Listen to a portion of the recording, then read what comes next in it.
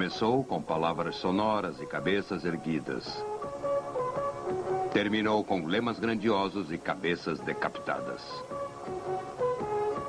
Ela veio para trazer a igualdade e liberdade, mas em vez disso, trouxe a ditadura e a nova hierarquia de um império grande e poderoso. A Revolução Francesa, neste episódio de A Tradição Ocidental.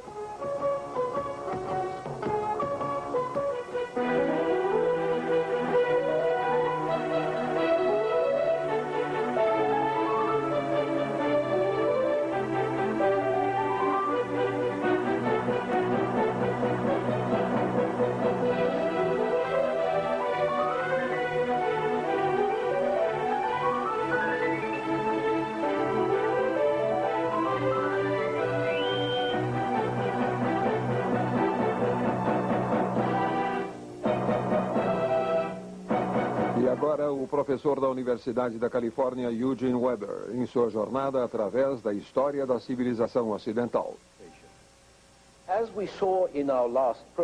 Como vimos no nosso último programa, a Revolução Francesa foi uma época fascinante, porque tudo parecia possível. Um poeta inglês de apenas 21 anos, William Wordsworth, foi para a França em 1791. Ele apaixona-se por uma jovem. Apaixona-se pelo amor, pela França, pela Revolução. E diz o seguinte sobre ela. A alegria existia naquele amanhecer por estar vivo.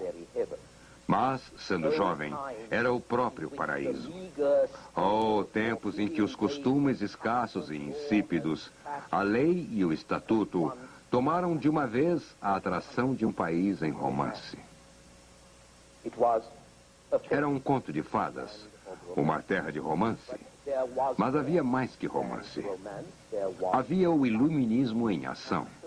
Havia uma história em andamento. A Revolução aperfeiçoou o que gerações de reis e ministros reais trabalharam tanto para alcançar e jamais conseguiram atingir. A Revolução centralizou a França, aboliu as leis particulares, privilégios particulares, a servidão pessoal, acabando com instituições diferentes em províncias diferentes, acabando com barreiras de alfândegas internas entre províncias que bloqueavam a circulação de pessoas e mercadorias. A Revolução estabeleceu uma lei, um sistema de justiça, uma administração, uma burocracia, um conjunto de direitos e deveres para toda a França, o que abrange todos os franceses, porque o precedente romano não dava às mulheres um status digno. Então, enfim, com alguma moderação, a razão estava no poder, ou ao menos era o que parecia. A razão deu a métrica da psicólogos e o direito masculino ao voto. 4. Aboliu linguagens e dialetos locais como o flamengo, o bretão e o basco, e substituiu-os por um idioma nacional, o francês, que deveria ser ensinado nas escolas para todas as crianças, não apenas para uns poucos privilegiados. E decretava que as carreiras de agora em diante dependeriam não apenas do nascimento, mas do talento, da capacidade da pessoa e do desempenho e mérito. Infelizmente, a maioria destas reformas permaneceu no papel. O sufrágio universal, a educação pública, a generalização do idioma francês e do sistema métrico iriam esperar mais 100 anos. As reformas que funcionaram, no entanto, causaram um grande problema. Carreiras, ao menos por um tempo e até certo ponto, foram abertas ao talento. E isso, claro, causou uma grande quantidade de atritos. Mais complicado ainda foi o problema da reforma religiosa. Apesar de que a Revolução não fosse contra a religião como tal, reparou-se que o domingo havia desaparecido do novo calendário. E as pessoas também foram estimuladas a abandonarem nomes reacionários de santos, de reis, e substituí-los com nomes progressistas de heróis ou de coisas úteis. Nomes como Brutus, Crassus, Hector, ou se não, Repolho, Dente de Leão, Cenouras. Um de meus amigos observou que os nomes revolucionários pareciam mais com um catálogo de sementes. Além do mais, a revolução representava a tolerância religiosa. Retirou restrições contra párias, como os atores ou carrascos públicos. E o que é mais importante, ela emancipou os protestantes e os judeus. Todos estavam livres para praticar a religião que quisessem, contanto que ela não ameaçasse o Estado, e isso não era nada aceitável para os bons católicos. O que era ainda pior, do ponto de vista católico, é que o novo Estado queria controlar o clero ainda mais do que o velho regime havia feito. A Revolução confiscou a propriedade da igreja e deu salário ao clero.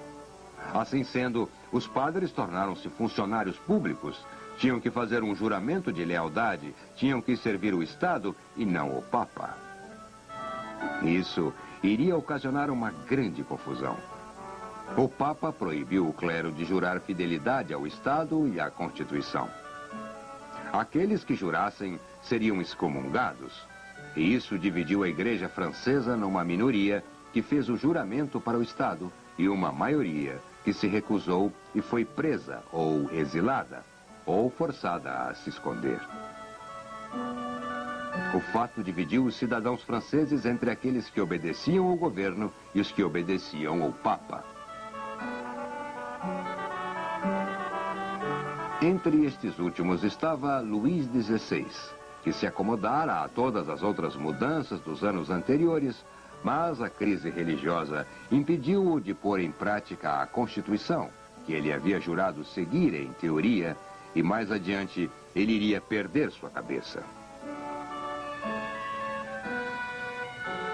O rei e a rainha também, ambos executados na grande praça que o avô de Luís ajudara a projetar, a qual hoje é chamada, com um certo humor negro, de a Praça da Concórdia.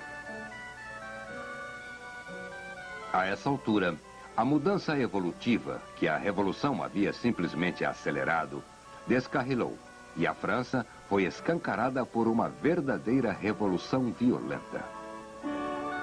Deram fim à monarquia, a Constituição liberal foi descartada, a ditadura e o terror tomaram conta. Enquanto que o primeiro estágio da Revolução fora liberal e não muito violento, o segundo estágio, que começou em cerca de 1792, não foi liberal, tentando impor coisas para as quais a França não estava preparada. Assim, tinha que se usar a força e tinha que se usar o terror. A liberdade política tinha que ser protegida pela ditadura. A Revolução dizia que defendia a liberdade e a igualdade. Mas a liberdade e a igualdade eram muito difíceis de serem conciliadas, porque o exercício da liberdade intensifica as desigualdades naturais. A razão e a tolerância também são difíceis de serem conciliadas, porque a razão pode levar à intolerância, como aconteceu quando os dogmáticos racionalistas entraram em guerra contra os padres, em nome da razão, e os igualitários dogmáticos entraram em guerra contra patentes, riqueza ou qualquer tipo de distinção, e até habilidades. Então, liberdade e igualdade tornaram-se vítimas de uma revolução que foi realizada em nome delas. A guilhotina foi um símbolo adequado para a situação na qual entusiastas bem-intencionados se lançaram, como um deles disse, para forçar as pessoas a serem livres. Lembrem, no entanto, que ninguém sai por aí para tornar a vida um inferno deliberadamente. O terror, como era chamado, era o uso da força ou da violência legal a fim de tornar o mundo um lugar melhor. O terror revolucionário matou algumas milhares de pessoas por execução e depois matou umas centenas de milhares nas guerras civis que provocou. Também formou as tradições básicas para o futuro, tais como Preços fixos que tiraram as mercadorias e especialmente os alimentos fora de circulação do mercado. Um papel moeda corrente que rapidamente perdia seu valor e deu má fama ao dinheiro de papel na França pelos 100 anos seguintes. Foi um estado policial para impor pela força seus decretos e seu criticismo sufocante. Um estado policial muito mais rigoroso que a própria Inquisição conseguira impor e que recorreu a guerras estrangeiras para resolver problemas insolúveis em casa. A França tinha que enfrentar o que parecia uma ameaça de poderes reacionários estrangeiros. Em 1792, a França mobilizou um exército de voluntários para lutar contra a Prússia e a Áustria. Em 1793, o governo revolucionário declarou guerra à Inglaterra, Holanda e Espanha, tudo em um mês. Por outro lado, o governo revolucionário transformou o país em uma nação. Ele declarou que na França, os que eram apenas súditos de seus reis eram agora cidadãos de um Estado soberano. Acionistas igualitários da nação. Isso era uma coisa boa e iria pagar dividendos no futuro. Significava que a soberania do povo era muito mais poderosa e muito mais abrangente do que a soberania que um rei jamais tivera. Significava que o governo que representava essa soberania poderia aumentar mais os impostos do que qualquer rei. E significava que o Estado poderia mobilizar não só o dinheiro de seus cidadãos, mas seus corpos também. Esse é um cartaz de recrutamento francês. O recrutamento obrigatório não era novidade na Europa. Os suecos usaram esse tipo de recrutamento durante a Guerra dos 30 Anos. E o grande ministro de Luís XIV, Louvois, tentou introduzir isso na França, mas teve que desistir da ideia devido a muita oposição. Depois foi a Prússia, que aperfeiçoou seu sistema de serviço militar regular para todos os homens saudáveis, junto a uma reserva e com planos para a mobilização geral, meio pelo qual a Prússia sobreviveu e prosperou durante o século XVIII. Em 1789, tinha quase 200 mil homens sob armas, enquanto que o rei da França só podia contar com 180 mil, apesar de a França ser muito maior. E os 200 mil soldados da Prússia custavam a ela apenas 1/3 do que o exército menor da França custava. Porém, em 1792, com 3 anos de revolução, os franceses entraram em guerra com quase toda a Europa, requisitando sua própria população em massa.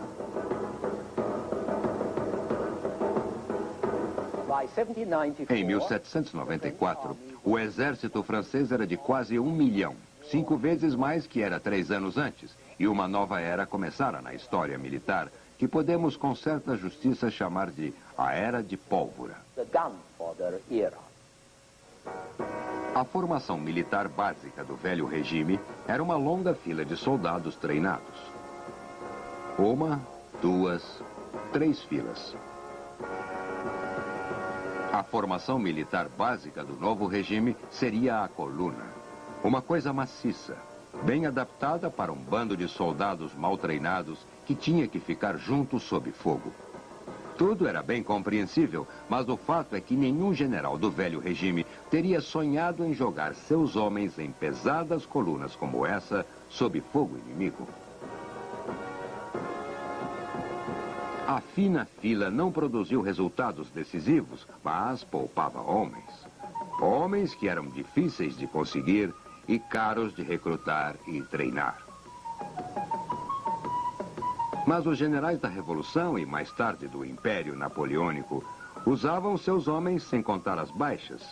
Eles sabiam que o Estado poderia sempre conseguir mais deles, porque viam toda a nação francesa como um reservatório.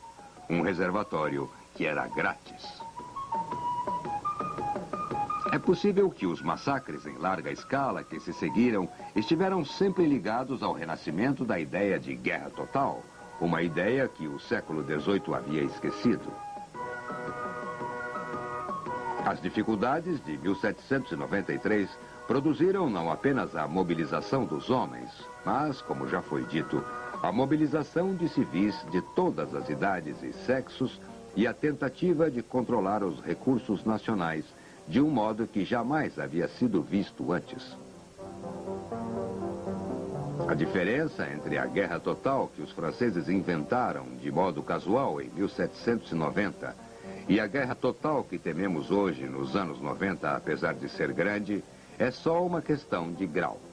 E, de novo, observamos o curioso paradoxo de que algo que começou tão esperançosamente e com intenções tão boas como a Revolução Francesa produzisse resultados tão extraordinários e aterrorizantes. As vitórias de generais revolucionários, por exemplo, eram facilitadas pelo fato de que eles abandonaram todas as regras e inibições aceitas, convenções de guerra, tal como uma guerra era concebida no século XVIII. E isso fez com que a guerra piorasse muito. As guerras destrutivas do século XVII levaram à criação de um sistema de guerra limitada no século XVIII, formalizando a conduta de guerra, limitando sua destrutividade tanto para os soldados como para os civis. Mas os generais franceses agora o abandonaram. Primeiro, por necessidade, estavam lutando contra todos de uma vez e não tinham tempo para gentilezas. E também porque não ligavam para a ordem estabelecida, nem para o código estabelecido pelos inimigos. Eles violavam fronteiras, fomentavam revoluções, promoviam rápidas retiradas e movimentos. Ao ignorar todas as convenções boas e confortáveis, reintroduziram as velhas práticas impiedosas para o uso corrente e, eventualmente, seus inimigos as adotaram também.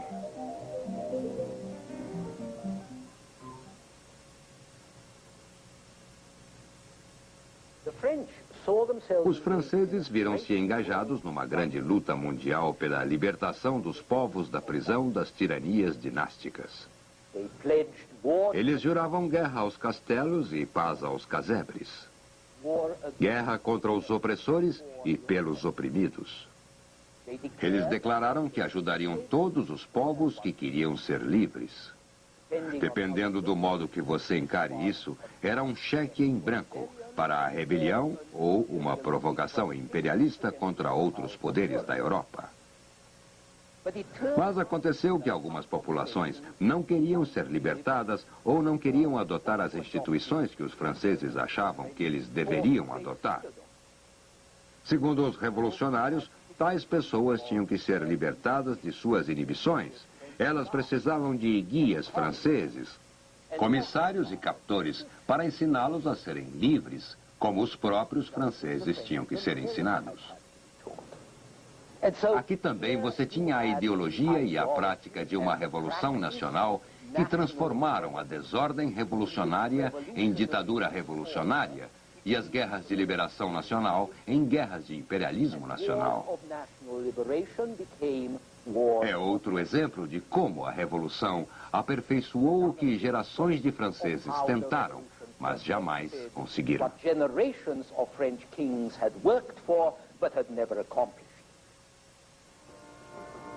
Tudo isso culminou na liderança de um ditador genial, um grande general e um grande administrador, Napoleão Bonaparte. Napoleão começou sua carreira como oficial de artilharia, às vésperas da Revolução. Há tempo de aproveitar a vantagem das oportunidades que a Revolução e suas guerras ofereceram. Sua subida foi meteórica. Aos 24 anos, em 1793, ele já era general. Em 1795 e 96, ele esmagou os exércitos da Áustria e da Sardenha. E logo toda a Itália e a Suíça haviam caído sob domínio francês também. Em 1799, aos 30 anos, é o homem mais poderoso da França. Ao elaborar uma nova Constituição, essencialmente ele impõe o reinado de um homem. E em 1804 se coroa imperador. Napoleão tentou superar Alexandre o Grande e quase o conseguiu. Sob sua regência, os franceses conquistaram ou dominaram a Europa do Báltico ao Adriático. Por uns poucos anos, havia reis ou príncipes franceses em Madrid, Nápoles, Dubrovnik, Estocolmo, Münster e Florença. A França reinava no continente, enquanto a Inglaterra reinava sobre as águas. Esse império só desmoronou quando os franceses cometeram o erro de invadir a Rússia, após o que Napoleão foi derrotado mais pelo inverno russo que por seus inimigos. Mas Napoleão também foi o último e maior dos déspotas iluminados. Foi um grande general, mas seu maior trabalho foi o Código Civil, que agora conhecemos como o Código Napoleônico. Um conjunto de leis que deram forma permanente às vitórias da Revolução. Liberdade individual, liberdade para trabalhar, liberdade de consciência, igualdade perante a lei. O Código Civil estava de acordo com o humanismo liberal que vimos funcionando desde a Renascença, com seu interesse no indivíduo, sua falta de interesse nas mulheres, consideradas como meras máquinas para fazer crianças e cidadãs de segunda classe, no melhor dos casos. As vitórias dos exércitos napoleônicos prepararam o caminho para o Código Napoleônico e também prepararam o caminho para a evolução do povo ocupado pelos franceses em direção à liberdade individual. Os exércitos napoleônicos agiram como catalisadores. Onde passaram, destruíram o que sobrara das instituições feudais, aboliram a escravidão, emanciparam os judeus e trouxeram liberdade de empreendimento. Antes de Napoleão, a liberdade individual tinha seus limites no Reno. Em 1812, esses limites avançaram um pouco, chegando a uma linha que ia da Dinamarca até a Bavária, e depois para o sul, para o Adriático, que também é a linha que divide a Europa Ocidental do ex-mundo comunista. Mas tendo libertado essas pessoas do velho regime, alimentando-as com ideias liberais, ensinando-as a pensar desses modos franceses novos, Napoleão conseguiu um resultado que não pretendia. Deu-lhes a ideia de soberania nacional e de autodeterminação nacional. A ideia de que, se eram livres como indivíduos sob a lei, eles também deveriam ser politicamente livres, sob um Estado que escolhessem, e não um imposto pelos franceses. Contra sua vontade, o conquistador tornou-se o instrumento da libertação política e de um liberalismo político que ele não pretendia trazer.